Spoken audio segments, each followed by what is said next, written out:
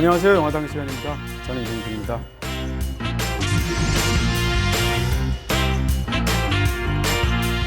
안녕하십니까. 시작하자마자 토로당 김중혁입니다.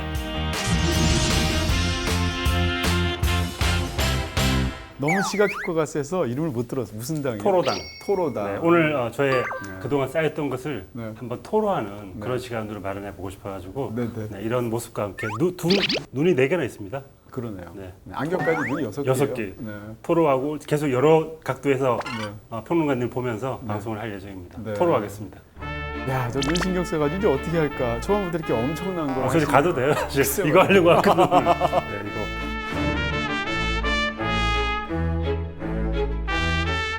오늘 다룰 주제가 바로 그렇습니다. 이거 보시자마자 그 영화 네. 파네미로 떠오르시는 분들이 많으시죠. 많은 분들이 딱 보는 순간 드디어 하는구나. 네. 기에르모 델 토로. 그렇습니다. 기에르모 델 토로의 어둡고 매혹적인 동화.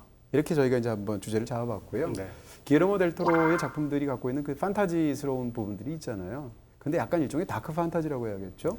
굉장히 어두운, 어떻게 보면 약간 잔혹동화 같은 그런 부분들이 있는데 그 중에서도 기에르모 델 토로의 가장 사랑받는 두 편의 영화를 네. 뭐 최고작이라고 해야겠죠. 네. 가져왔습니다. 두 편 모두 비슷한 점이 꽤 많은 것 같고요. 일단 시작할 때 동화 이야기로 시작을 한다는 점이 꽤 비슷하고 말씀하신 것처럼 다크 판타지로서 아주 어두운 현실을 동화로 만들어냈다라는 이야기가 굉장히 두 개가 비슷한 면이 있고 비교할 만한 그런 영화인 것 같습니다. 그렇습니다. 손 가만히 계시고요. 무서워요. 보고 있습니다. 글쎄 말이에요. 네. Welcome to your life. Forget what you think you know. Nothing ever lasts forever. There's a room where the light won't find you. Holding hands while the walls come tumbling down.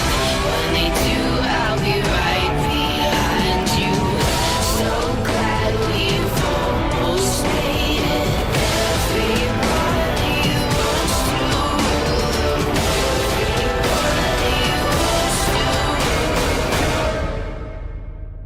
The world. 그 기에르모 델 토로의 어떤 뭐라고 그럴까요? 영화를 처음 시작한 이력 자체가 굉장히 재미있는데 이 사람은 특수효과 메이크업 아티스트로 시작을 했어요. 네. 바로 그래서 이제 영화를 보다 보면 이런 부분들에 대해서 그래서 델 토로의 영화들이 이런 특성을 라고 네. 생각하실 텐데 네. 제임스 캐머런도 그래요. 제임스 캐머런도 특수효과 그 담당 그 소품을 챙기는 사람이었었거든요. 그렇게 영화를 시작을 했는데 기에르모 델 토로 작품들 굉장히 좋아하시는 분들 많은데 네. 사실 요즘 이제 멕시코 3인방이란 말 하잖아요. 그렇죠. 네. 이 세 분 다 요즘 너무 맹활약을 해서 네. 지난 한 7, 8년 사이에 아카데미에서 이 세 명이 모두 다 네. 감독상을 받았죠. 네. 저는 그 멕시코 3인방 중에 알폰소 쿠아론 감독을 제일 좋아하나 싶었는데 이번에 다시 보고 나서 그리고 최근에 개봉한 쉐이프 오브 워터를 보고 나서 약간 또 델토로 쪽으로 약간 기울더라고요. 뭐라고 그럴까요? 둘 다 참 좋은 감독이죠. 근데 알폰소 쿠아론이나 델토로 쪽이 저도 또 좋고요. 상대적으로 이제 이냐리투 영화들도 물론 좋지만 조금 덜 좋은 그런 느낌이 있는데 어쨌건 이 세 사람은 서로 이렇게 친하기도 하면서 상대 영화를 제작까지 해가면서 그런 어떤 우정을 보여주기도 하고 또 멕시코 영화의 어떤 파워를 보여주는 아주 뛰어난 세 명의 감독이라고 할 수 있겠죠. 델토로의 세계는 명확하게 이게 델토로 영화지 이렇게 보여주는 인장들이 있는데 그럼에도 불구하고 대략 한 두 종류로 나뉘는 것 같아요. 네. 대표적으로 이제 블록버스터급 영화들을 만들 때 헬보이라든지 퍼시픽 림 혹은 블레이드 2 같은 작품들이 있고 나머지 한쪽에는 이제 특히 본인의 언어인 스페인어로 만드는 영화들이 있었어요. 보통 3부작 취급을 하기도 하는데 악마의 등뼈 같은 작품, 크로노스 그리고 오늘 소개해드린 파네미로 같은 작품들이 있습니다. 그래서 이 두 가지 세계로 약간 대별되는 느낌들이 있는데 올 초에 나와서 아카데미를 휩쓸게 된 쉐이프 오브 워터 이 작품은 양쪽의 특성을 다 갖고 있는 그러면서 굉장히 흥미진진한 작품이었던 거죠. 쉐이프 오브 워터 보면서도 저도 기에르모 델 토로의 종합판 같다는 느낌이 들었어요. 역사적 현실에서 약간 어긋나 있으면서 판타지가 있는가 하면 한편으로는 굉장히 현실적인 이야기들을 다루고 있어가지고 특정한 시기들을 다룬다는 점에서도 예전과 비슷한 면이 있는데 또 한편으로는 큰 규모의 영화라는 점은 또 약간 또 차이가 있는 것 같고요. 그렇습니다. 근데 이제 쉐이프 오브 워터가 이전 영화들하고 확연히 다른 점이 하나 있다면 뭐라고 그럴까요? 약간 델토로가 팀버튼 비슷한 느낌이 있어서 네. 어린 시절에 본인이 느꼈던 어떤 공포와 매혹과 상상과 이런 것들을 영화적인 어떤 자양분으로 삼아서 앞에 영화들 8편, 9편을 쫙 만들었단 말입니다. 네. 근데 처음으로 쉐이프 오브 워터에 이르러서 성인이 된 자기 자신의 뭐 예를 들면 특히 이제 뭐 성욕에 관한 문제라든지 뭐 사랑에 관한 얘기라든지 이런 것들을 집중적으로 이 영화에서 다뤘다는 측면에서 성인판 델토로의 작품 세계들이 이제 열리기 시작했다. 이렇게 볼 수도 있을 것 같아요. 네, 저는 쉐이프 오브 워터 이따 얘기하면서 자세하게 말씀을 드리겠지만 두 개가 되게 비슷한 게 동화처럼 시작을 하는 옛날 이야기처럼 시작을 하는 대목이 있는데 맞아요. 그게 어떻게 끝나는지가 사실은 기에르모 델토로 감독의 변화를 보여주는 것 같기도 합니다. 맞습니다. 그래서 아마 그 네. 오늘 다룰 두 영화의 시작과 끝을 비교해 보는 것도 굉장히 재미있는. 네, 두 편 모두 내레이션이 그렇죠. 흐르면서 약간 동화적인 뉘앙스를 이 사운드라든지 혹은 이야기 밑자락을 까는 방식으로도 역시 보여준다 얘기 드릴 수 있고요. 한 가지만 더 말씀드리고 싶은데 델토로 영화들의 굉장히 큰 특징 중에 하나가 판타지의 세계를 다루고 있는데 그 판타지의 세계를 다루는 영화의 시공간은 굉장히 명확한 특정 시공간을 고른다는 것이 굉장히 중요합니다. 대표적으로 이제 1930년대 스페인 내전이라든지 파네미로가 그렇죠. 그 다음에 악마의 등뼈도 그렇습니다. 그리고 이제 이 더 쉐이프 오브 워터 같은 영화를 보시게 되면 60년대 미국의 볼티모어라든지 근데 60년대 볼티모어를 고른 이유는 당시에 이제 미국과 소련 사이에서 냉전이 일어나게 되고 또 이제 우주에 대한 개발 경쟁을 통해서 양국이 경쟁하던 시대란 말이죠. 이런 식으로 명확한 어떤 특정한 시공간을 주게 되는데 이런 의미가 드는 거죠. 판타지 세계라는 것은 기본적으로 시공간의 어떤 특정성을 배제한 그런 그 세계라고 말할 수 있지 않습니까? 근데 왜 굳이 판타지 세계의 상상을 펼쳐내면서 이런 어떤 구체적인 스페인 내전, 60년대 미국 이런 식으로 만들어낼까라는 점인데 그것은 기본적으로 이 델토로의 세계 자체가 동화적이라고 할 때 이 동화가 왜 필요한가라는 것을 얘기할 수 있어요. 그것은 뭔가 하면 이 동화를 이 시대의 비극이 요청하기 때문이다. 이렇게 말씀드릴 수 있고 맞습니다. 그랬을 때 이 시대의 비극이라는 것은 대표적으로 전쟁 같은 상황들인 거죠. 냉전이라든지 내전이라든지 이런 부분이기 때문에 이 폭력적인 세계의 카오스가 그 자체로 동화스러운 어떤 판타지를 요청하는 거죠. 그런 세계들이 계속 반복적으로 펼쳐진다는 측면에서 아 바로 그래서 이런 판타지들을 구체적인 시공간에서 펼쳐내는구나 생각할 수 있을 것 같습니다. 두 개의 세계를 비교하는 것만으로도 굉장히 큰 효과를 내는데요. 판타지가 아름다울수록 네. 현실은 더욱 참혹하게 느껴지고 맞아요. 판타지가 아름다울수록 현실이 더욱 더 비참해지는 그런 효과를 맞습니다. 두 개의 세계를 대비함으로써 이루어내는 것 같습니다. 네. 자 그러면 이제 이렇게 끝내주는 시작을 하셨는데 일본 브리핑 이걸로 끝 아니죠? 아니죠. 이 심지어 더 일본 있어요? 브리핑이 이 두 개의 눈이 만나서 어떤 네. 세계를 보여주는지 새로운 발명품을 제가 기에르모 델토로 씨를 비롯한 그 많은 사람들의 어떤 영감을 받아가지고 오늘 처음으로 발명품을 하나 소개하는 자리를 심지어? 네. 네, 보도록 하겠습니다. 네, 딱 보는 순간 야 오늘은 감탄이 네. 이것만으로도 지금 충분한데 파네미로라는 제목을 딱 듣는 순간 저는 바로 이걸 떠올렸습니다.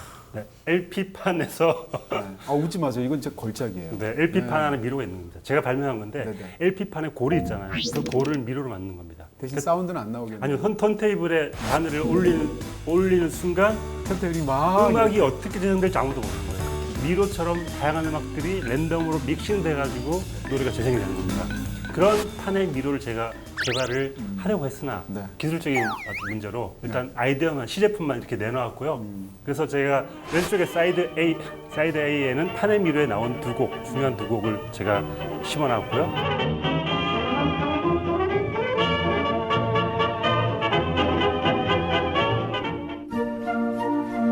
오른쪽 사이드 B에는 쉐이프 오브 워터에 나왔던 노래들을 선택을 해봤습니다.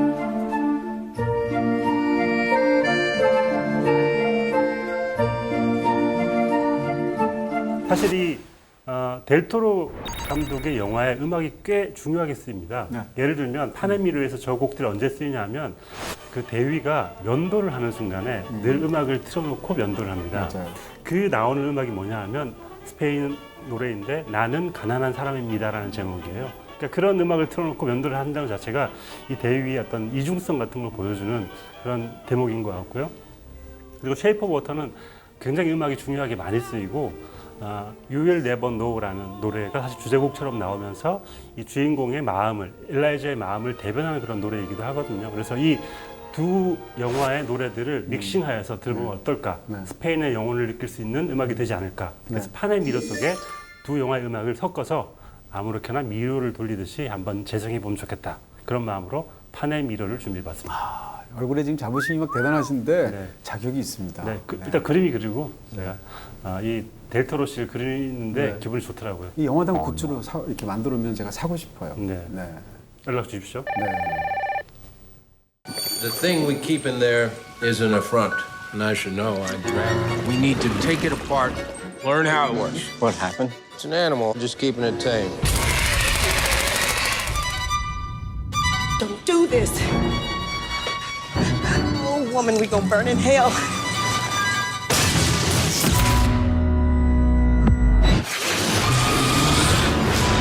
Finish the job, son.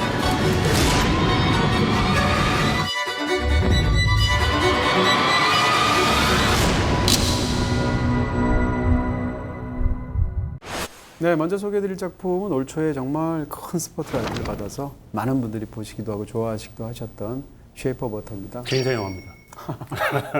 저 보는 순간 너무 매혹 당했고요. 멋있죠. 일단 이 영화는 딱 한마디로 표현을 하자면 우아한 것 같아요. 정말 우아한 영화입니다. 고전적인 향취가 있는 네. 그런 작품이라고 말할 수 있을 것 같습니다. 이 영화는 뭐 많이들 알고 계시겠습니다만 올 초에 아카데미 시상식에서 13개 부문 후보에 올라서 가장 중요한 작품상 감독상을 포함해서 4개 부문 수상하기도 했었고요. 그 전에 베니스 영화제에서 이미 황금사자상을 받기도 했어요. 그럼으로써 기에르모 델 토로의 어떤 그 가장 큰 성공을 거둔 작품이라고 현재까지 말씀드릴 수 있을 것 같고, 저는 이 영화 보면 놀란 게 일단 두둑한 배심에 놀랐습니다. 이런 것을 만드는데 일단 크리터 디자인을 저렇게 한다 할지라도 저것 자체를 다르게 만들어낼 수 있잖아요. 예를 들면 대표적으로 컴퓨터 그래픽을 적극적으로 활용을 해서. 요즘처럼 CG가 이렇게 잘 되는 마당에. 네. 그런데 이걸 사람이 들어가지 거지 않습니까?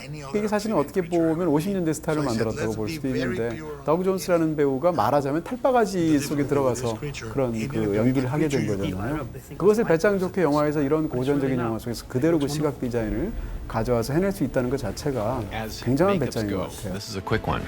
They've got it down to 2.5 hours now. That's ridiculously fast for this much of a transformation.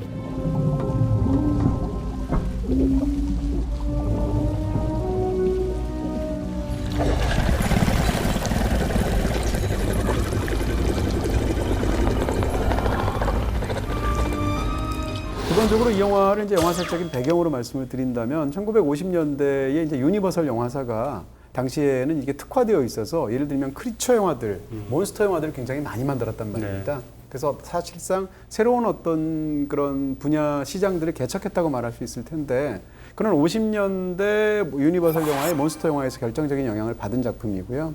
그 중에서도 53년도에 나온 작품이 있습니다. The Creature from the Black Lagoon이라는 작품인데, 근데 이 작품은 뭐 보통 번역하기 나름인데 해양 괴물 뭐 이렇게 말할 수 있는 이 작품의 결정적인 영향을 받았는데요. 그 작품에서도 아마존에 살고 있는 해양 괴물이 나오게 되는데, 그 괴물이 인간의 특정 여자를 사랑해서 벌어지는, 그러면서도 굉장히 끔찍한 어떤 장면들도 들어가 있는 그런 작품이에요. 그 연장선상에 있다 이렇게 말씀드렸죠. 그 시대에 대한 오마주도 많은 것 같은데, 맞아요. 텔레비전 보고 있을 때 텔레비전에서 나오는 그 춤 같은 거라든지 노래 같은 것, 그리고 아래층에서 펼쳐지고 있는 극장에서 상영되고 있는 영화라든지 그 시대의 어떤 분위기와 향취를 그대로 전달하고자 하는 감독의 의도가 반영이 된 것 같습니다. 그렇습니다.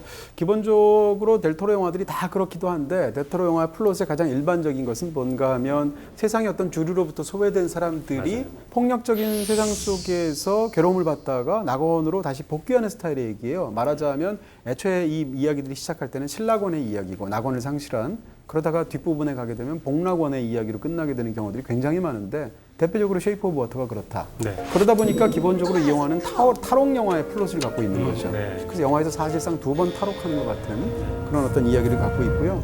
또 한 가지는 이제 영화 속에서 일반적으로 이런 괴물이 나오게 되면 그 괴물이 안전한 세상의 질서를 위협하는 그런 어떤 존재로 작용을 하게 되는데, 델토로 영화에서는 이것이 반대가 되는 겁니다. 그렇게 해서 세상이 굉장히 폭력적인데 보기에는 굉장히 괴 생명체로 보이지만 굉장히 순수한 존재인데, 그것을 세상의 폭력성이 억압을 하게 되고 거기에 맞서서 이 괴물은 사투를 벌이다가 낙원을 향해 찾아가는, 네. 그러면서 영화가 끝나게 되는 이런 스타일의 플롯들을 델토로가 굉장히 선호하죠. 사실 1960년대 이야기잖아요. 1960년대 미국과 뭐 소련의 냉전 시대이기도 했지만 네. 그때는 이상이 있을까? 이상을 찾아가는 시대였단 말이죠. 근데 이상을 찾는다는 명목으로 얼마나 인간들이 포악한 행동들을 많이 했는지를 사실은 이 크리처로 보여주고 있는 것 같고요. 맞습니다. 그리고 시대에 떠밀려 나가는 사람들의 이야기를 자세하게 보여주고 있는 게 일라이저의 친구인 자일스가 그림을 그리는 사람이에요. 그림을 열심히 똑같이 그리려고 노력을 하는데 제가 약간 마음이 아프더라고요. 오늘 제가 그린 것처럼 열심히 그리려고 하지만 카메라를 당할 수는 없는 거예요. 그럼요. 사진기는 똑같이 현실을 재현하기 때문에 현실을 모사하는 것만으로는 예술로 인정받지 못하는 시대에 떠밀려가는 사람들의 약간 슬픔 같은 것들을 그 캐릭터로 설명을 해주고 있는 것 같습니다. 그러니까 이런 부분들이 영화에서 굉장히 중요하게 되는 겁니다. 사실상 영화는 두 세계 사이의 충돌을 다루고 있고 네. 델토로 영화들이 흔히 그렇듯이 한쪽 세계는 쉽게 얘기하면 미래를 향한 세계인 거예요. 그러니까 그것이 이제 우주 개발의 역사라든지 그러면서 양국 간의 경쟁이라든지 영화 속에서 이제 그 악당의 대표적으로 이 사람이 나오는 게 스트릭랜드라는 네. 사람인데 스트릭랜드는 무조건 미래만 보기 때문에 아이가 예를 들면 아빠 진짜 미래가 되면 사람들이 이 제트 수트 같은 걸 타고 다닐까? 믿으라고 얘기를 하죠. 그리고 이제 캐딜락을 보고 이제 살까 말까 굉장히 고민하는데 고민하는 바로 그 시점에서 상대방이 그 파는 세일즈맨이 뭐라고 말하면 You strike me as a man who is headed there. Where? Why the future? 라고 말하는 순간 그 캐딜락을 삽니다. 이럴 정도로 온통 그 미래만 바라보느라고 현재와 과거는 굉장히 배관시하는 사람들 이게 한쪽에 있다면 나머지 영화의 주를 이루는 진짜 주인공들은 뭐라고 그럴까요? 과거를 향해 있는 사람들이에요. 혹은 뒤처진 사람들. 기본적으로 영화의 주인공인 엘라이저 자체가 항상 지각을 합니다. 그러니까 늦는다는 얘기죠. 그 다음에 영화 속에 등장하는 저 크리처는 그 종의 마지막 개체예요. 그리고 또 영화에서는 어떤 비유를 쓰게 되냐면 한 주 지난 생선, 쓸모없는 생선이라는 비유를 받기도 하거든요. 그리고 마지막으로 영화 속에 등장하는 지금 말씀해 주신 자일스 같은 경우에는 이제는 고전적인 할리우드 시대가 끝나고 새로운 시대가 펼쳐지는데 과거의 방식으로 계속 작업을 하는 사람들이란 말이죠. 그러다 보니까 자일스가 크리처한테 무슨 말을 하게 되냐면 우리는 다 이제 한물간 골동품에 불과하다라고 얘기를 하는데 영화를 다 보고 나면 결국 골동품이 우주선을 쳐부수는 얘기거든요. 그렇게 말을 한다면 결국은 델토로가 무슨 이야기를 어떤 세계를 그려내고 싶어 하는지를 너무 잘 보여주는 그런 세팅이죠. 저는 그 자일스 보면서 예전에는 그 영화 포스터를 손으로 그리다 보니까 똑같이 않게 되면서 생기는 재미 같은 게 있잖아요. 똑같으면 재밌을 게 없는데 잘 그렸다거나 못 그렸을 때 이야기가 생기는 거란 말이죠. 그 사소한 미묘한 격차가 이야기를 만들어내는 건데 맞습니다. 똑같아지는 순간 아무것도 이야기가 생기지 않는다는 것. 그게 어쩌면 이 영화가 얘기하고 싶은 중요한 주제일 수 있을 것 같습니다. 그렇죠. 그런 부분을 말씀해 주시기도 했는데 또 한 가지 이런 얘기도 드릴 수 있을 것 같아요. 이 영화에서도 하나는 뭐 너무나 당연하게도 이 스트릭랜드는 이제 백인 남성들 위주의 60년대 주류 사회를 상징하게 되죠. 그래서 영화에서 이 주류 사회인데 이 자기들인 백인 남성들끼리도 그 안에서는 사실은 계급이 있어요. 그래서 계급으로 서로를 찍어 누르면서 꼼짝 못하는 계급 위주의 사회이고 그 속에서 예를 들면 청소를 하는 두 여성에 대해서 굉장히 하대하면서 말을 하게 되죠. 그 신에 대해서 얘기하면서 Well, human, Zelda, he looks like a human, like me. Or even you. Maybe a little more like me, I guess. 그럴 때 당신보다 나라는 것은 상대방은 여성인데 자기는 남성이고 상대방은 흑인인데 자기는 백인이란 말이죠. 그러니까 인종적으로 그다음 성별적으로 자기 우위 같은 것을 드러내면서 사실은 그런 어떤 편견들을 보여주는 그런 캐릭터인데 그 이야기가 제일 마지막에 굉장한 반전과 함께 이 스트릭랜드가 딱 한마디로 그 상황을 요약해준 대사가 있습니다. 맨 마지막에. 약간 스포일러기 때문에 말씀 못 드리는데 그걸 딱 보면 이게 바로 신에 대한 이 사람의 정의구나를 알 수 있습니다. 그렇습니다. 그리고 이제 이쪽은 말씀드린 대로 다 이제 뭐라고 할까요? 사회 주류, 당시로서의 영화에서 세팅되어 있는 우리가 주류다라고 말하는 것이 다 벗어난 사람들이라는 거죠. 그래서 예를 들어서 주인공인 일라이저는 말을 못하는 장애인이고 그 다음에 가장 친한 친구인 젤다는 흑인 여성이죠. 근데 두 사람 또 둘 다 여성이기도 하지 않습니까? 그 다음에 영화 속에 등장하는 이것을 도와주게 되는 외부의 사람인데 드미트리라는 사람이 있는데 이 사람은 외국인이에요. 그 다음에 자일스라는 사람은 동성애자입니다. 그러니까 이런 세팅들은 기본적으로 당시에 주류 바깥에 있다고 손가락질 받는 사람들인데 그런 사람들이 물처럼 서로 연합을 하는 거죠. 그렇게 해서 이런 어떤 주류 사회에 항거를 하면서 뒷부분에서 어떤 이야기를 펼쳐내는 그런 명확한 구도를 갖고 있죠. 미국 주류가 영어를 쓰는 계급과 그런 사람이라면 사실 이 소수자들이 자기만의 언어가 따로 있는 것 같아요. 사실 영어를 쓰지 않잖아요. 그리고 수화나 그렇죠. 지화를 이용을 하잖아요. 그러니까 저는 통쾌했던 게 일라이저가 스트릭랜드한테 제가 지화 한번 소개해드린 적 있잖아요. 미국 지화로 F, U, C, K 하는 순간 자기만의 언어로 자신만의 방식으로 그 사람에게 엿먹이는 그 장면 같은 게 이 영화의 굉장한 통쾌한 그런 지점인 것 같습니다. He's saying thank you.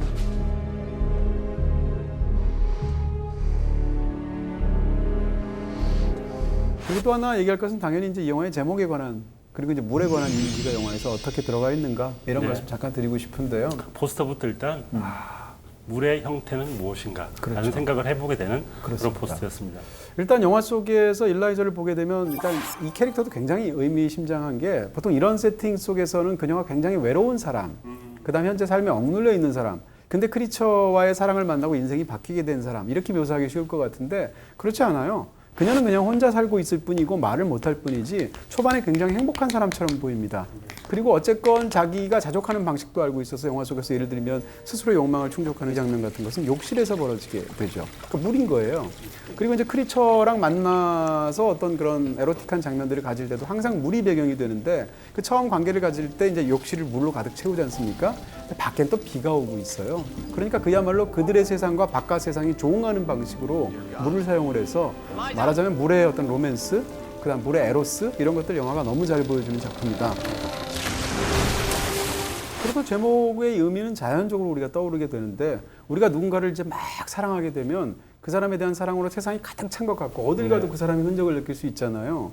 근데 그렇게 모든 곳에서 그 사랑의 흔적을 느낄 수 있는, 다시 말해서 사랑이 편재하려면 그 사랑의 모양을 어떻게 해야 될까? 모양이 없어야 된다는 거죠. 네. 다시 말하면 물의 형태는 없는 모양이어야 된다라는 뜻인 거고, 그런 면에서 본다면 이 영화 속에서 결국은 어떤 이야기를 하고 싶어 하는지를 보이는 겁니다. 얼핏 생각하면 이 얘기를 보게 되면 사람이 아니지 않습니까? 그의 생명체랑 인간의 여성이 서로 사랑하는 얘기지 않습니까? 거기에서 거부감을 느낄 수도 있는데 이런 설정 자체가. 근데 그런 사랑을 너무나 아름답고도 멋지게 영화가 보여줌으로 인해서 사실은 세상의 모든 사랑들을 다 긍정시키게 만들려는 어떤 그런 부분들이 분명히 있고요. 결과적으로 얘기한다면 우리가 어떤 사랑을 얘기할 때 사랑이란 이러저러해야 돼.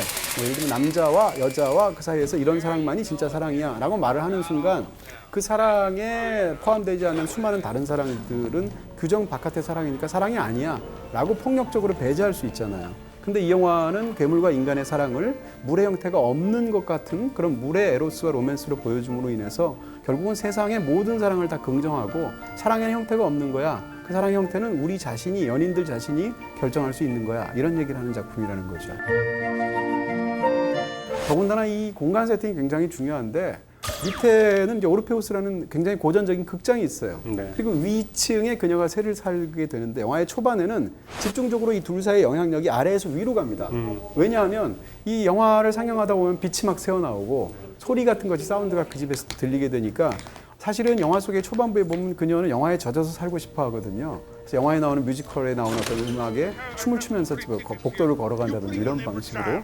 근데 후반부에 가면 이 관계가 역전이 되는 거죠. 그렇게 해서 그녀 집에서 떨어지는 물방울이 극장을 적시는 겁니다. 그러니까 영향관계가 반대가 되는 것이고, 다시 말하면 이 모든 이야기는 일라이저라는 여성이 사실은 그 이전까지 영화로부터 배운 모든 것으로 영향받아서 삶을 살았는데 후반부에 가면 바로 그 낡은 극장에서 하는 더 이상 생동감이 느껴지지 않는 그런 영화를 자기의 사랑의 물방울로 깨워주는 거죠.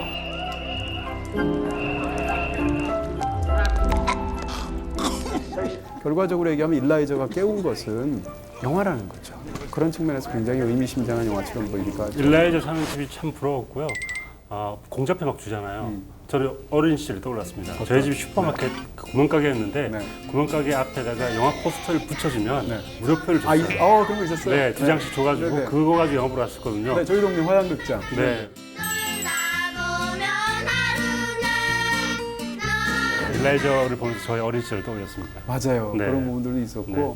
영화에서 이제 계란을 이렇게 보여주는, 계란이라는 것 자체 질감이 또 굉장히 약간 그렇죠. 묘하게 에로틱한 부분도 있고 또 로맨틱한 부분도 있잖아요. 생명의 원천이기도 하고요. 그렇죠. 근데 계란을 생각해보면 계란도 절묘하다는 생각이 드는 거예요. 계란은 원래 액체예요.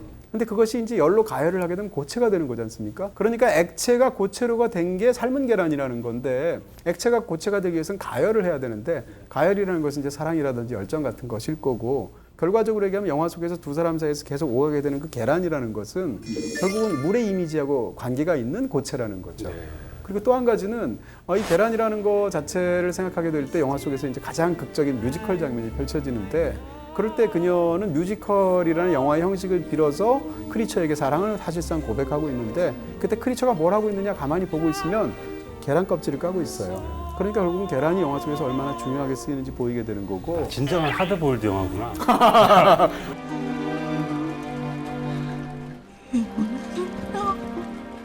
어쨌건 그 계란이 지금 같은 삶은 계란의 형태를 갖고 있는 건 껍질이 그래서지 않습니까? 그렇죠. 그러니까 그런 부분에서 굉장히 의미심장하고 결과적으로는 물의 또 다른 형태가 계란인 거죠. 네, 이 영화가 이제 사실상 영화에 관한 영화라는 생각 아마 많이 드실 텐데 결정적으로 한쪽은 말을 못하고 한쪽은 크리처니까 당연히 인간 말을 모르고 이런 사이에서 두 사람이 계속 소통하는 방식으로 사랑에 관한 이야기를 찍고 있는데 네. 기본적으로 둘이 만나면 사실상 무성 영화가 되는 거예요. 그러네요. 그런 측면에서도 이 영화가 갖고 있는 고전적인 향취 같은 것이 있는데 그렇게 끊임없이 과거로 델토로는 회귀를 하려고 그러고 이 과거의 어떤 완전했던 낙원과 같은 상태를 통해서 현재의 불안과 폭력을 치유하려고 하는 그런 델토로의 어떤 지향점을 보여주는 굉장히 낭만적인 향수 어린 작품이라고 할 수 있겠죠. 네.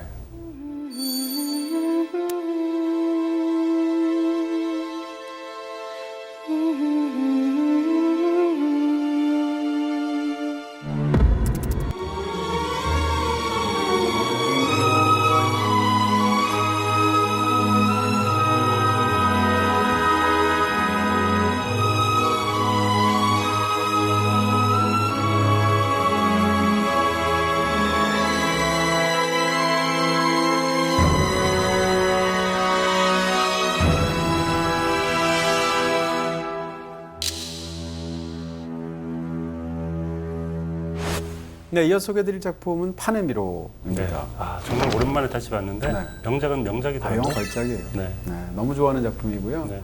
이 영화를 찍을 때 델토로도 이 작품이 자기한테 너무 중요한 작품이라는 걸 알았고 그러면서 전력 투구했다고 그러는데 영화를 찍으면서 20kg이 빠졌대요. 그럴 정도로 네, 진짜 다이어트에 가장 좋은 게 네. 디렉팅이 아닌가. 네, 영화 다이어트라고 따로 만들어가지고 네. 당신도 이렇게 영화 찍으면 20kg 빠집니다 하면 네.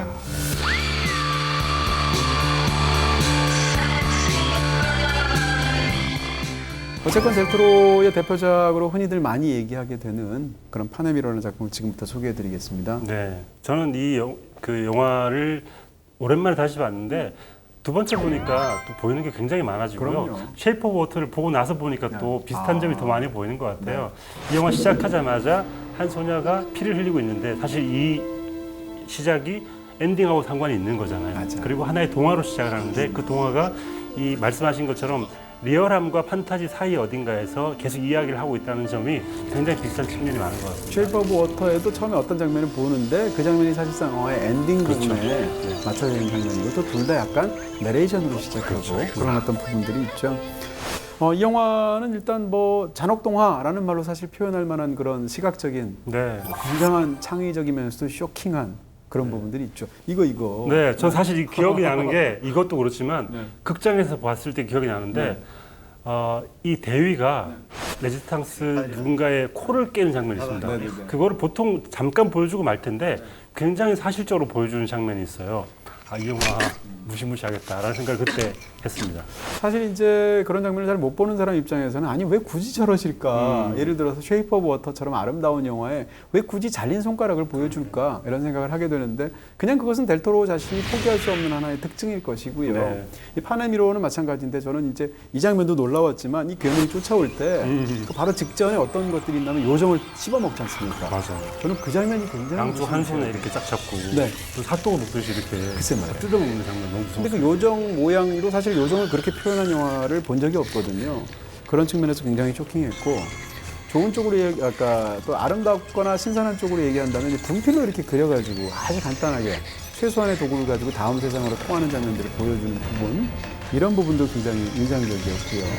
대위를 상징하는 소품이 시계라면 오피리아를 상징하는 소품은 책인 것 같아요. 그리고 오피리아의 어머니는 옷으로 상징되는 인물인 것 같고 그리고 이 레지스탕스를 돕는 그 메르세데스라는 인물의 상징은 약인 것 같아요. 그런 식으로 그 사람에게 어떤 소품을 지어줌으로써 그 사람의 이미지를 확대하는 그런 굉장히 디테일이 강한 저는 이제 델토로가 크리처 디자인도 굉장히 잘하는 것 같은데요. 어떤 생명체를 다루게 될 때 이 영화 속에서 가장 인상적인 것들은 상당수가 식물과 동물을 결합했다. 네. 판을 보시게 되면 이게 판의 미로니까 판이라는 것은 사실상 원래는 이제 그리스에서의 목신을 뜻하는 말일 텐데 우리가 피터팬 할 때도 그 판이잖아요. 네, 패닉할 때도 그 판이죠. 그렇죠. 네. 그런 상황에서 지금 이 크리처 디자인을 보시게 되면 기본적으로는 약간 얼굴 모양을 보면 약간 사냥같이 보이기도 하고 그렇게 해서 완전한 동물의 형상인데 몸은 약간 나무 등걸 같지 않습니까?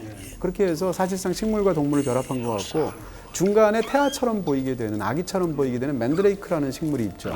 그 식물을 보게 되면 약간 인삼 같은 느낌도 있잖아요. 그래서 사람 같기도 하고 얼핏 보면, 근데 식물이지 않습니까? 이런 식으로 식물과 동물을 결합한 어떤 크리처 디자인들이 안에 있게 되는데 굉장히 신선한 부분이 있었습니다. ¿Qué lleváis en la mano? El portal solo se abrirá si... 그리고 이런 이야기들에 우리가 알고 있는 오래된 이야기들, 예를 들면 전설이나 민담이나 신화 같은 것들이 있는데 그런 모티브를 적극적으로 끌어들여서 영화에서 펼쳐지는 이야기를 굉장히 깊게 만들어요. 대표적으로 어떤 건가 하면 다른 세계, 예를 들면 저승이라든지 이런 거를 가게 될 때 어떤 금기들이 전 세계의 영화들이나 민담들에 있게 되냐면 거기에 있을 때 머무는 동안 그곳에 음식을 먹으면 안 돼요. 그때 꼭 먹어. 네, 음식을 먹으면 뭔가 큰 사건이 생기고 거기에 속해야 돼요. 가장 대표적으로 그리스 신화에서 하데스라는 저승의 신이 끌고 들어간 페르세포네라는 사람이 있죠. 근데 페르세포네가 하데스가 줬던 성류알을 먹거든요. 성류알을 먹고 나서 저승의 음식을 먹으면 안 되지 하고 뱉었는데 이미 먹었단 말입니다. 그래서 페르세포네는 저승에 살게 되는 그런 부분이 있고, 더 많이 여러분들이 기억하시는 걸로 생과 치로 행방불명을 보시면 터널을 통해서 사실상 다음 세계로 가잖아요. 근데 그 세계에 가서 부모님이 제일 먼저 하신 건 거기는 음식을 먹으면 안 되는데 음식을 먹으니까 먹고 났을 때 바로 돼지로 변해버리게 되죠. 이런 것들이 금기 같은 것들이 있는데 영화 속에서 이 오피리아가 포도알 2알을 먹는 바람에 끔찍한 일이 생기죠.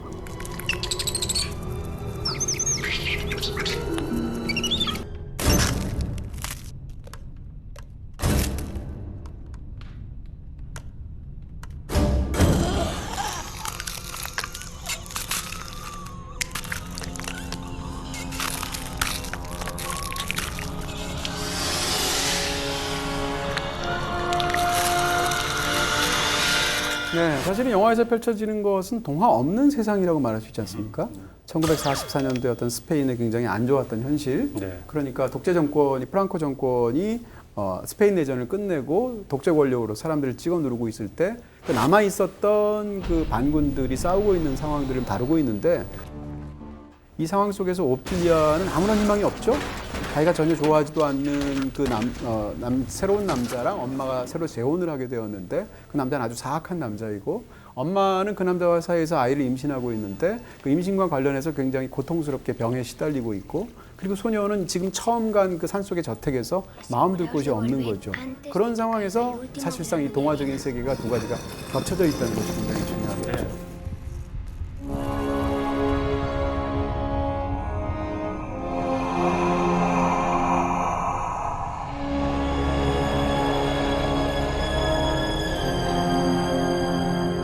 근데 이제 이런 장면들 속에서 소녀는 원래 동화책을 굉장히 좋아했잖아요. 동화책을 계속 좋아했는데 동화책을 좋아하는 상황에서 새로운 산속에 있는 저택에 새로운 환경으로 들어가게 되는데 거기서 보게 되는 것들이 있단 말입니다. 예를 들면 오래된 근처에 미로가 있었어요. 그 다음에 근처에 날아다니는 아주 이상한 날벌레가 있어요. 그럼 날벌레를 요정으로 생각하고 미로를 통해서 또 다른 하나의 세계를 상상하게 되는 거죠. 왜냐하면 원래 동화를 읽는 걸 좋아하니까. 그러니까 그렇게 해서 그녀가 겪게 되는 동화적인 세계는 사실은 거기서 눈 둘 데 없고 마음 둘 데 없는 현실의 끔찍한 전쟁이 지배하고 있는 세계랑 사실은 서로 정확하게 동전의 양면을 이루면서 상대 세계를 반추시키게 만드는 거죠. 네. 파시스트가 지배하는 세계에서 두 가지 저항 방식이 있는 것 같아요. 첫 번째는 총을 들고 맞서 싸우는 사람들의 방식. 또 하나는 그걸 판타지로 만들어서 어떻게든 살아남아야겠다는 이 오피리아의 방식이 있는 것 같아요. 오피리아는 자기가 너무 참혹하기 때문에, 무력하기 때문에 그 세계를 잇기 위해서 새로운 세계를 만들어서 그 세계로 이 현실을 잊어버리려고 하는 거거든요. 이 두 개의 방식 모두 중요하다는 걸 감독은 영화는 얘기하고 있는 것 같습니다. 그 영화 속에 등장하는 이 아주 굉장히 어두운 동화의 세계가 있을 텐데 이 동화의 세계가 어떻게 가능했을까를 생각하면 그 세계를 만들어낸 것은 현실의 어둠이다. 이렇게 말씀드릴 수도 있죠. 그러니까 뒤집어서 얘기하면 이 영화가 보여주는 이야기는 동화가 불가능한 세계에서 악착같이 동화를 만들어낼 수밖에 없는 어떤 사람에 관한 이야기들처럼 이 영화가 보여서 사실은 굉장히 슬프면서도 아픈 그런 영화로 다가오기도 하죠. 네, 저는 참 슬펐던 장면이 오피리아가 그 태아에게 얘기를 막 해주는 장면이 있어요. 그걸 약간 또 특수효과처럼 태아의 모습을 보여주고 그 속에서 환상을 보여주는데 저게 어쩌면 오피리아가 정말 간절하게 바라는 어떤 이상향 같은 걸 텐데 저걸 이룰 수 없는 참혹함 같은 게 사실은 오피리아가 겪을 수밖에 없는 현실이구나라는 생각이 들더라고요. Hace muchos años, en la cima de esa montaña, florecía todas las noches una rosa que otorgaba la inmortalidad. Sin embargo, nadie se atrevía a acercarse a ella. 그러면서 또 이제 동화 속의 이야기가 완전히 별개의 이야기처럼 펼쳐지는 것 같지만 예를 들면 사실상 극 중에서 두꺼비한테 동화 속에서 하는 얘기는 사실은 대위한테 하는 얘기죠. Soy la princesa Moana. No te da vergüenza estar aquí abajo, comiéndote los bichitos. 사실은 자기 새 아버지한테 일갈하고 있는 것들이에요. 그리고 이제 그 두꺼비 때문에 나무가 죽어가고 있지 않습니까? 그 죽어가는 무화과 나무는 사실상 자기 어머니 같은 존재인 거죠. 이런 식으로 이 굉장히 공포스럽기도 한 극 중의 동화 속의 상황은 사실은 현실과의 어떤 그런 밀접한 관계 속에서 펼쳐진다. 이렇게 볼 수도 있겠죠. Solo así. 네, 영화의 마지막에 이르게 되면 이제 소년은 선택을 해야 되죠. 자세히 말씀드릴 수는 없는데 하나는 영원한 세계가 있고 굉장히 아름다운 한쪽에는 그 조건으로 무고한 어떤 것들을 피를 흘려야 되는 조건들이 있을 때 그녀는 어떻게 선택할 것인가라는 건데 사실은 이 이야기는 대위의 선택하고 같이 겹쳐져 있어요. 대위는 확신범이거든요. 네. 이 사람은 자기가 나쁜 일을 생각한다고 생각하지 않고 이 프랑코 총통이 지배하고 있는 새로운 스페인 그 세상의 어떤 질서를 숭상하는 사람이에요. 그렇기 때문에 이것을 방해하는 다른 것들은 희생시켜도 된다라고 생각하는 사람이 대위라는 거죠. 네. 근데 거기에 대해서 정반대로 소녀가 어떤 선택을 하게 되는데 그것이 결말 부분에서 굉장히 감동적이기도 하고 한편으로는 굉장히 슬프기도 한 부분들이 펼쳐지죠. 결말에 대해서 참 할 얘기가 많을 것 같은데 다 보고 나면 어떤 사람의 눈에 보이는 것이 또 다른 사람의 눈에 보이지 않는 것도 사실 얘기하기 굉장히 좋은 주제인 것 같아서 맞습니다. 이 영화의 결말은 두고두고 많은 이야기를 할 수 있는 결말인 것 같습니다. 결국 대위랑 소녀가 영화 내내 이렇게 서로 대비된다는 것이 중요할 텐데 대위의 작전은 뭔가 하면 상대의 먹을 것을 끊는 게 작전입니다. 보급로를 차단해가지고 이 반군들이 그 더 이상 견뎌내지 못하게 하는 건데 다시 말하면 먹이지 않는 것 자체가 작전이라는 거죠. 근데 소녀는 극 중에서 계속 먹여요. 그래서 맨드레이크 같은 식물들에 대해서 손가락을 베어서 피를 떨어뜨려서 먹인다든지 그래서 둘이 대비가 되는데 이 대비는 마지막 순간에 그녀의 선택에서 극대화되는 것이다. 네. 이렇게 말씀드릴 수 있겠습니다.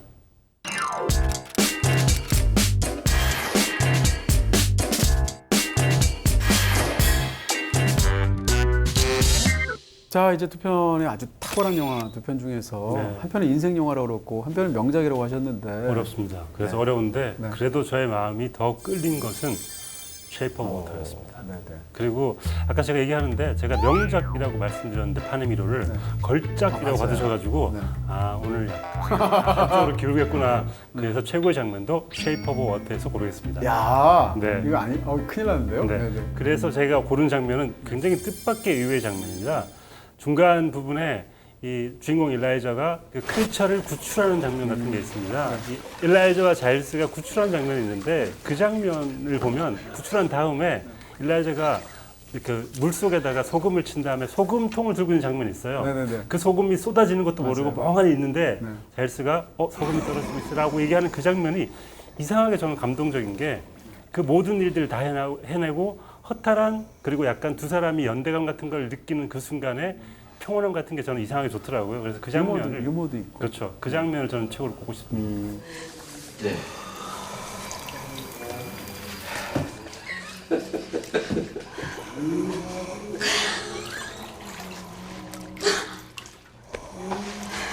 간을 맞춰야 된다 이런 그렇죠. 얘기죠. 네, 제가 간을 맞췄습니다. 네네네. 이제 음식을 하시죠. 고민되네요. 또 저렇게 선택을 하셔가지고 두 편 중에 제가 더 좋아하는 영화는 저는 1초도 망설이지 않고 파네미로입니다. 네. 사실은 네. 쉐이프 오브 워터도 굉장히 좋아하는데 파네미로는 걸작이라고 생각하고 제가 아는 세상에서 가장 슬픈 영화들이 어떤 있는데 그 중에 하나가 파네미로라서 저는 이 영화가 너무 슬퍼요. 네. 그렇게 말씀드릴 수 있을 것 같고요. 근데 이제 장면을 쉐이프 오브 워터를 골랐는데 아, 그러세요? 이게 네. 좀 문제가 되겠네요. 죄송합니다. 쉐이프 오브 워터에 등장하는 장면인데 저는 이 장면이 올 최고의 배드신이라고 생각합니다. 네. 두 사람이 첫 번째 관계를 가지고 나서 다음날 아침에 출근을 합니다. 출근하는데 그녀는 이전하고 달리 완전히 빨간색 옷들을 입게 되죠. 그런 상황에서 차창을 보고 있는데 바깥에 비가 내리고 비라는 것도 여태까지의 물하고 관련이 있겠죠.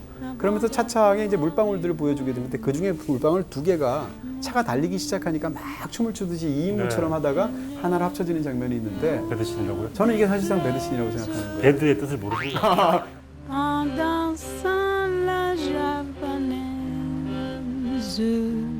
이 앞에 두 사람이 합쳐지는 장면은 안 보여줬잖아요. 그렇죠, 안 보여줬죠. 사실상 그게 그 장면인 겁니다. 의미적으로도. 그리고 또 한 가지는 실제적으로 두 개의 물방울이 하나로 합쳐지는 건데 이 영화가 물의 형태를 보여주는 거잖아요. 그러니까 이 장면은 사실상 배드신이기도 하고 비유적으로 배드신이기도 하죠. 근데 이 장면에서는 그런 생각이 드는 거예요. 이게 단순히 아름답기만 한 장면이 아니라 영화의 주제가 담겼다고 생각하는데 물방울은 왜 춤을 출까? 그것은 가만히 있으려고 하기 때문에 춤을 추는 겁니다. 다시 말하면 버스가 앞으로 달려가는데 물방울들은 관성의 법칙에 따라서 앞으로 안 나가려고 하니까 뒤로 밀려나는 거죠. 근데 그렇게 뒤로 밀려나는 것들이 서로 사랑을 나누는 장면은 세상에서 가장 아름다운 물방울이 합쳐지는 장면이거든요. 결과적으로 얘기하면 이 물방울들이 춤을 추고 사랑을 나누게 되는 이유는 앞으로 그냥 무조건 달려나가려고 하는 세상의 속도에 저항했기 때문에 가능해졌다. 물방울이 뒤로 밀리죠. 그렇죠. 심지어. 관성의 법칙 때문에. 그렇게 얘기할 수 있는 거죠. 그러니까 결과적으로 이 장면은 진짜 아름다운 것은 얼핏 봐서는 세상으로부터 뒤처진 것, 뒤로 밀려난 것들이 합쳐지는 그런 광경이다라는 얘기죠.